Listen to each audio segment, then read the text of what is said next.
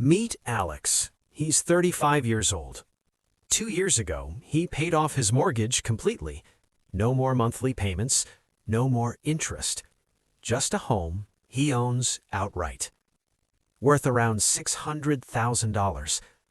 Every time he pulls into that driveway, he feels it. That quiet pride, that deep sense of security. Alex thought he'd crack the code. But here's what nobody told him.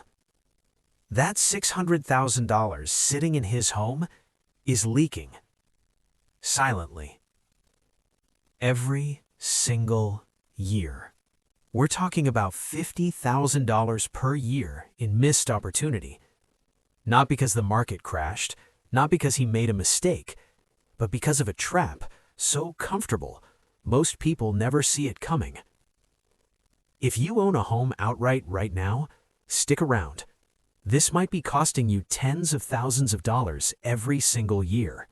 Right now, 39.4% of U.S. homeowners are completely mortgage-free. That's tens of millions of people who believe they're in the safest financial position possible. But many of them are quietly losing a fortune. By the end of this video, you'll know exactly where that money goes, why smart people miss it, and what the smartest investors do differently. To understand why Alex is losing money without even knowing it, we need to go back to the belief that got him here. Think about the messages most of us grew up hearing.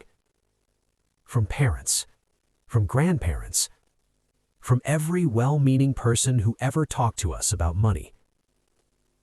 Pay off your house, own it outright, that's real security. And for generations, this felt like the smartest move a person could make. A paid-off home represents something powerful. Freedom from debt. Stability. Proof that you made it. When Alex's parents found out he paid it off at 35, they were genuinely proud. His coworkers were impressed. And for the first time in years, his anxiety finally went quiet. And on the surface, the logic makes sense. Your home has real value. It appreciates over time. You can see it. You can touch it. It doesn't flash red on a random Tuesday afternoon. But here's the part most people never stop to examine.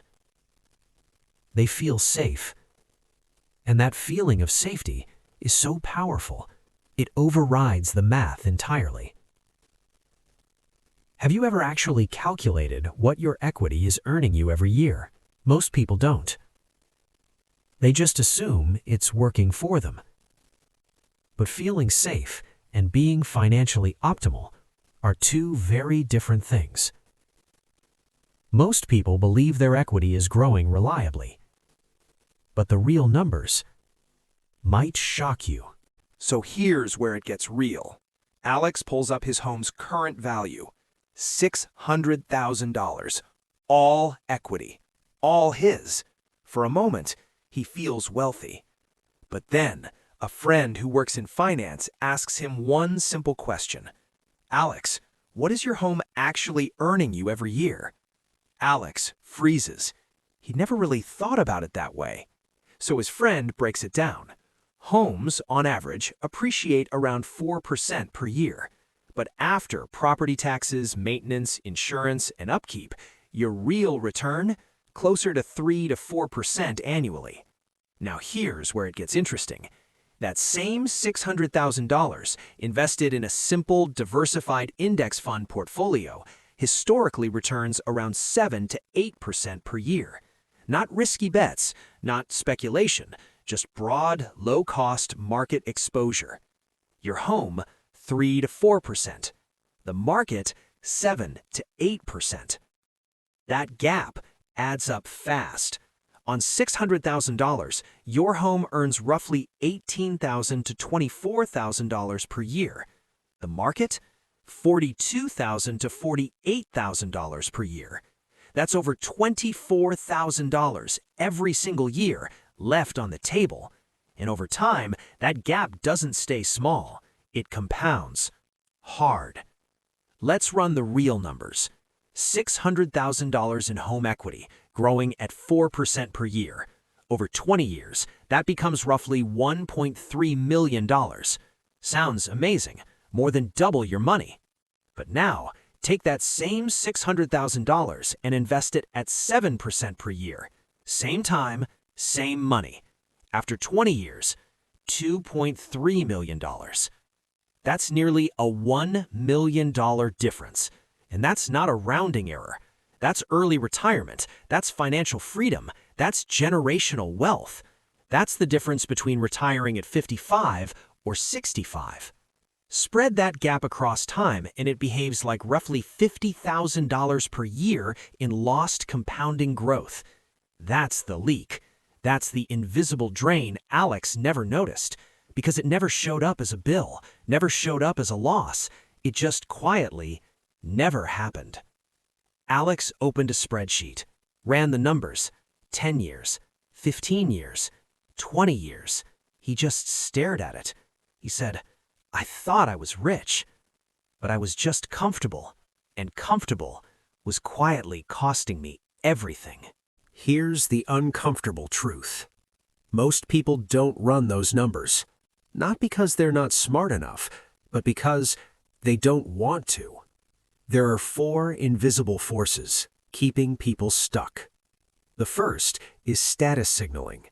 Owning your home outright carries real social weight. It tells the world you're responsible, disciplined, successful. Alex didn't just pay off his mortgage for financial reasons. He did it because it meant something. And questioning that identity, even in your own head, feels uncomfortable, almost threatening. The second force is herd mentality. Look at the people Alex respects: his parents, his colleagues, his most financially responsible friends. They all say the same thing: pay off your house, get out of debt. When everyone around you agrees, it takes real courage to question it. Have you ever felt safer holding your house than your investments? Most people have, and that feeling is the trap. The third force is loss aversion. Taking $600,000 out of a paid-off home and investing it feels terrifying. What if the market drops? What if I lose everything? But here's the trick your brain plays on you. The $50,000 per year you're not earning feels invisible. You never see it leave your account. There's no alert, no warning, no pain. But the possibility of losing money in the market, that feels immediate, real, painful. So your brain does something dangerous. It protects you from the visible risk and completely ignores the invisible one. And that invisible cost is often much bigger. The fourth force is lifestyle inflation. When Alex's mortgage disappeared, his cash flow increased, but without a plan, that money didn't get invested. It drifted into upgrades, vacations, better dinners. Not all at once, just slowly over time. That's how it happens, not through one big decision, but through 100 small ones. A friend finally said it directly to him: you're not being safe, you're being comfortable. And comfort is not the same thing as wealth. Now let's talk about what a smarter version of Alex looks like. Meet Sarah. She's 38 years old. She also has a paid-off home worth around $700,000. 4 years completely debt-free. But Sarah asked a different question early on. Now that I have this equity, what's the smartest thing I can do with it? She followed a simple 3-step approach. First, she looked at her entire financial picture. How much of her net worth was locked inside her home versus liquid investable assets? For most paid-off homeowners, the answer is uncomfortable. Almost everything is tied up in one asset, one house, one city, one zip code. That's not safety, that's concentration risk. Second, she explored a partial strategy, not pulling everything out, not staying fully locked in, something in between. She used a home equity line of credit carefully and with discipline and redirected a portion of that equity into low-cost, diversified investments. Not because debt is good, but because the math worked in her favor over the long term. Third, she built a simple habit, an annual review. Every year, she asks, is my equity working hard enough? What is the opportunity cost of leaving it where it is? And then she adjusts. What could you do with even 25% of your equity working harder right now? A decade later, the results were clear. Sarah's net worth grew faster than it ever could have inside a home alone. She still owns her house, she still has her security, but now she also has growth. Let's bring it home. Alex started this story feeling proud, feeling secure, and he should. Paying off a mortgage takes discipline, it takes sacrifice. But pride and optimal strategy are not the same thing, and the gap between them was quietly costing him $50,000 every single year. Not because he made a bad decision, but because he made a comfortable one and never questioned it. Here's what we covered today. Paid-off homes feel like the ultimate win, but emotionally satisfying and financially optimal are not always aligned. Home equity typically returns 3 to 4% per year, while diversified investments have historically returned 7 to 8%. Over time, that gap compounds into nearly $1 million in lost wealth. And the forces keeping people stuck, they're real. Status signaling, loss aversion, herd mentality, lifestyle creep. They don't feel like traps, they feel like wisdom. And that's exactly what makes them dangerous. The answer isn't recklessness, it's awareness.